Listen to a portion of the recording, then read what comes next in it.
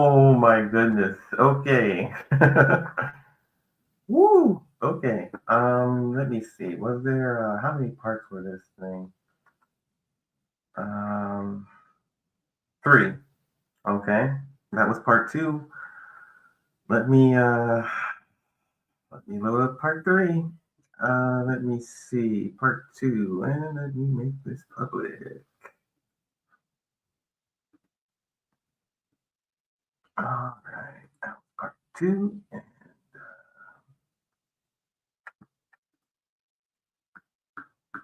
go here to part three.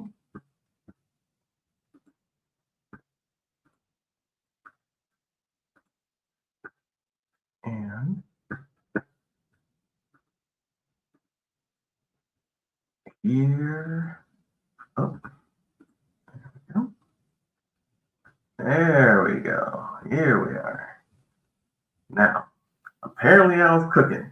So let's find out where I was going with all this. You know, this this is just I don't know. I can't explain the feeling, right? It's like it's unreal, right? I mean, it's not you running around in your diapers when you were five, right? It's not that. And it's not you when you were a teenager, like playing, I don't know, badminton or kickball, but it's you when you were younger. And it was when you were I'm of a generation.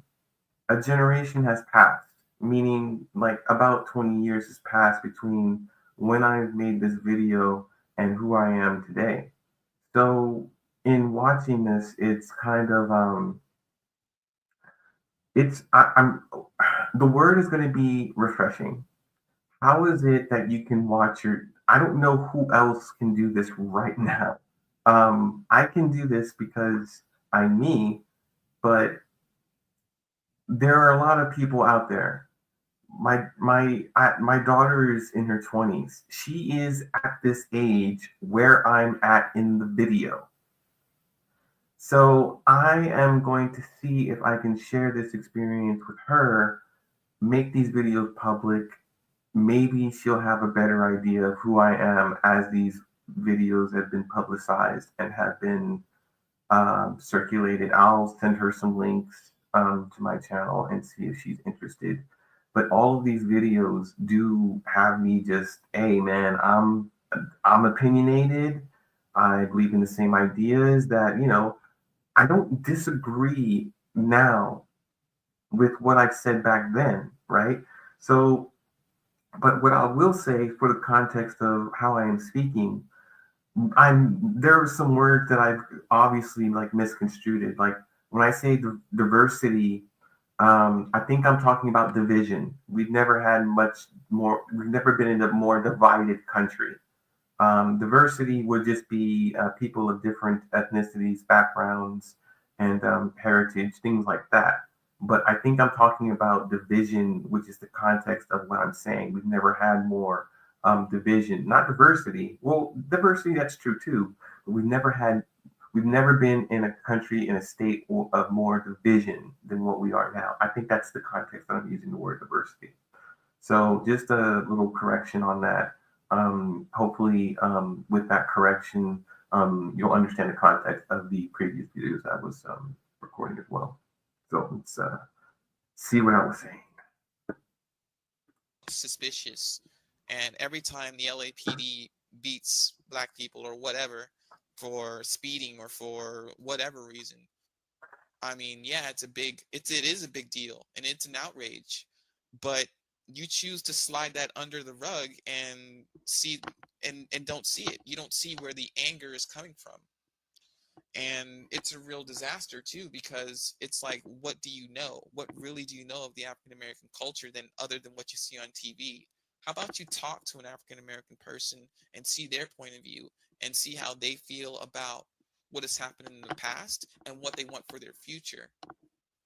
Now, um, I want to touch on another aspect of racism because I'm speaking as an African American. I do not dare speak for a Caucasian or for an Asian or for a Latino. They have the right to speak for themselves on how they feel and what they want for their futures. Now, myself personally, um, I do have uh, I do have a wife, and she is Caucasian, and my daughter is mixed. Right now, she has my features, which is the kinky hair, the eyes, the nose. She has her grandpa's chin. It's a family chin. But anyway, everyone that I know, all sides of my family love her. My family loves her. Uh, my wife's family loves her because she is who she is. She's the product of two different families that have um, lived through the 60s and the racism and the prejudice and one person against another.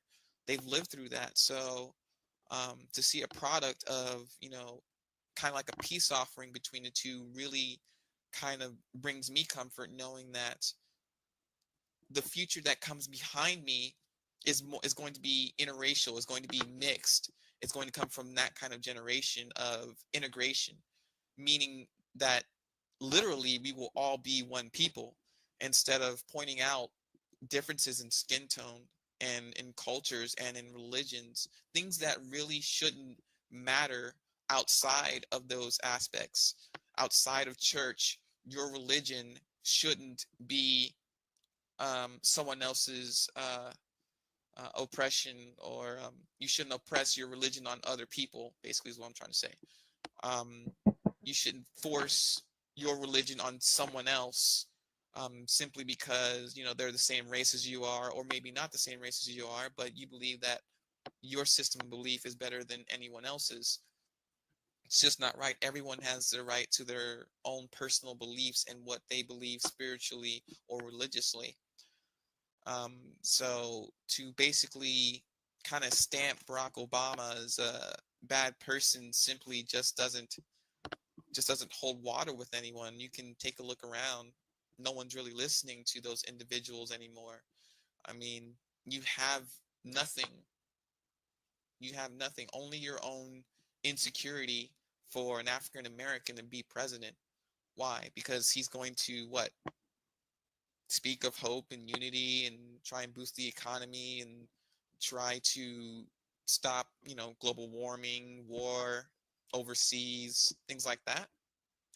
I mean, you don't take into consideration his education. You don't take into consideration his intelligence. You don't take into his consideration the fact that he's a positive man and that he sees no reason to judge people by the color of their skin or the religious background that they've come from. No, you don't take a look at that. What you want to take a look at is his church. You see these individuals seem to try to make up any reason to have doubt in a presidential candidate who wants for all of us to come together, no matter what race or religious background, to overcome issues that affect us all. This is what these individuals have a problem with. This is what they have a problem with. They don't have a problem with two presidential candidates who are Caucasian. They're not talking about them. They're not making these videos about them.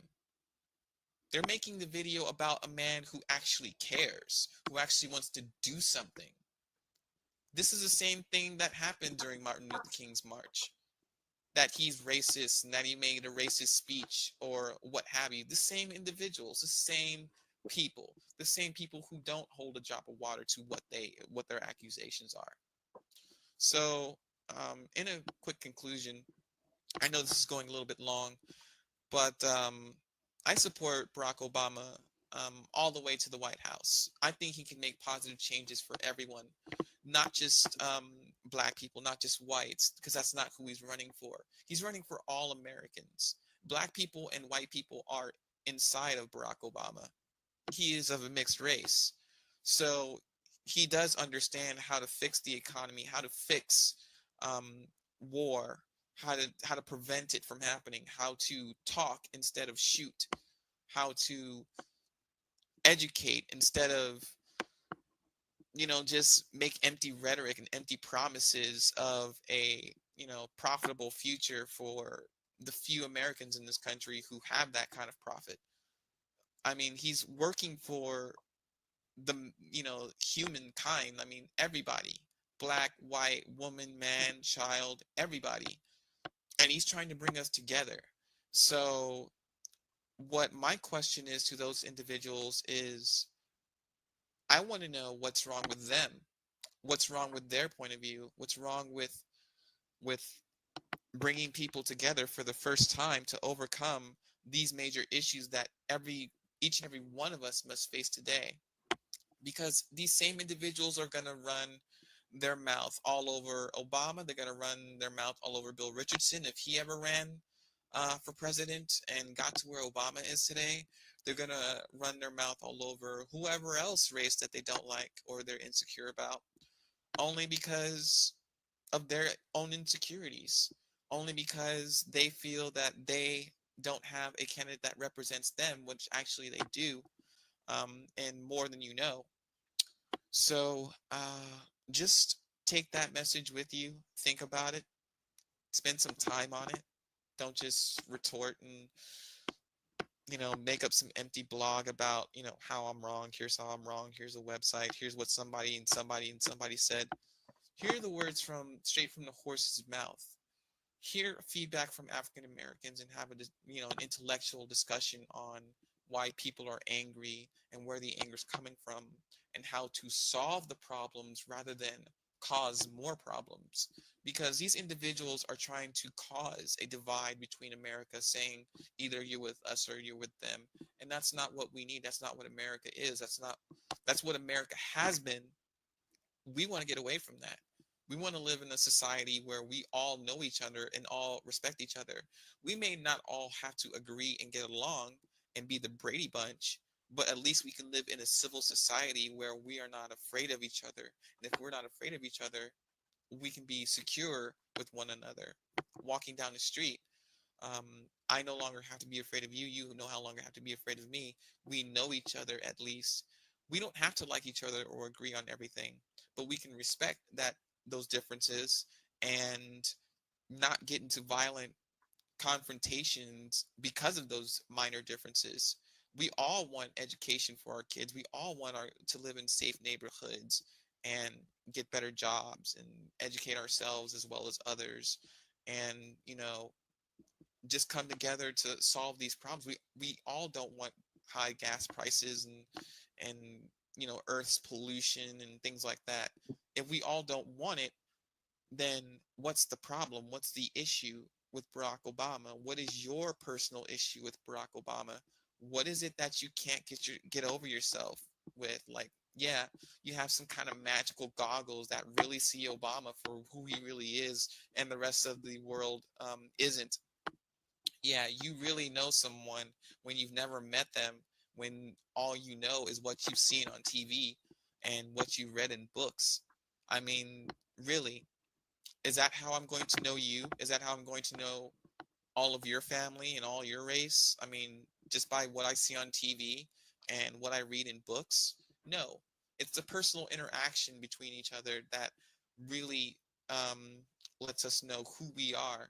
And we have chances to do that through Barack Obama. We can open up that dialogue, that that anchor that has kept us from progressing as a society for so long, for too long, and people can finally open themselves up and let go of anger and get over themselves and really start solving problems rather than making problems.